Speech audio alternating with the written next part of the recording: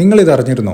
അല്ലു അർജുന്റെ 23ാമത് ചിത്രം ലോകേഷ് കനകരാജ് മുത്താണ്. അപ്പോൾ ഇവിടെ രണ്ട് കാര്യങ്ങളാണുള്ളത്. അതിൽ ആദ്യത്തേത് ഒരു സന്തോഷം തോന്നിക്കുന്ന കാര്യമാണ്. എന്ന് വെച്ചാൽ എനിക്ക് കാണാൻ ഇഷ്ടപ്പെട്ട രംഗങ്ങളിൽ ഒന്നാണ് എല്ലാവരും ചവിട്ടി താഴ്ത്തി ഒരാൾ തിരിച്ചു മുകളിലേക്ക് കയറി വരുന്നത്. ഇനി ആ തിരിച്ചുവരവിന്റെ മധുരം കൂട്ടുന്ന കാര്യം എന്താണെന്ന് വെച്ചാൽ കൂലിക്ക് കിട്ടിയ ഫീഡ്ബാക്ക് കാരണം കമൽഹാസൻ പ്രൊഡക്ഷന്റെ അടുത്ത പടത്തിൽ നിന്ന് പുള്ളിയെ ഒഴിവാക്കിയെന്ന് കേട്ടപ്പോൾ സത്യം പറഞ്ഞ് എനിക്ക് വിഷമം വന്നിരുന്നു. കാര്യം കൂലിക്ക് ശേഷം വീണ്ടും രജനീകാന്ത് മുത്ത് തന്നെ ലോകേഷിന്റെ ഒരു പടം വരുന്നു എന്ന് കേട്ടിരുന്നെങ്കിൽ അതൊരു നിർവികാരത തരുമായിരുന്നെങ്കിലും പുള്ളിയെ ഒഴിവാക്കിയെന്ന് കേട്ടപ്പോൾ ഒരു വിഷമം. അതോടൊപ്പം പുള്ളിക്ക് ഇനി വലിയ സ്റ്റാർസ് ഒന്നും ഡേറ്റ് കൊടുക്കില്ല എന്നൊരു തോന്നലും. അങ്ങനെ ഇരിക്കുമ്പോഴാണ് പുള്ളി ഇന്ത്യയിലെ അപ്കമിംഗ് ബിഗ്ഗസ്റ്റ് സൂപ്പർ സ്റ്റാറുമായി തിരിച്ചു വരുന്നത്. ഇനി രണ്ടാമത്തെ കാര്യം എന്ന് പറയുന്നത് ഇതൊരു ഇന്റർനെറ്റ് റൂമറാണ്. അതായത് അല്ലു അർജുൻ നിലവിൽ ചെയ്തുകൊണ്ടിരിക്കുന്ന സിനിമ സംവിധാനം ചെയ്യുന്നത് അറ്റ്ലി. ഇനി അടുത്ത പടം വരുന്നത് ലോകേഷുമായി. അതിനുശേഷം വരാൻ പോകുന്നത് നെൽസണുമൊത്തുള്ള ചിത്രമാണെന്ന് കേൾക്കുന്നു. അപ്പൊ നിങ്ങൾ അവിടെ ഒരു കാര്യം ശ്രദ്ധിച്ചോ? ഈ 3 പേരും തമിഴ് ഡയറക്ടേഴ്സ് ആണ്. ഓക്കെ, അതിനിപ്പോ എന്താണ്? യെസ്, അതാണ് ഇവിടെ പോയിന്റ്. തെലുഗു സ്റ്റേറ്റ്സ് എന്ന് പറയുന്നത് അല്ലു അർജുന്റെ ഹോം ഫോർട്ട് ആണ്. കേരളത്തിൽ പുള്ളി പണ്ടേ ഫാൻ ബേസ് ഉണ്ടാക്കിയെടുത്തിട്ടുണ്ട്. പുഷ്പയ്ക്ക് മുൻപേ പുള്ളിക്ക് നോർത്തിൽ ഫാൻസ് ഉണ്ട്. എന്നാൽ പുഷ്പയിലൂടെ ആ ഫാൻസ് തിയേറ്ററിലേക്കും എത്തുമെന്നും അദ്ദേഹം തെളിയിച്ചു. ഇനി പുള്ളിക്ക് ബാക്കിയുള്ളത് ഒരു മേജർ തട്ടകം മാത്രമാണ്.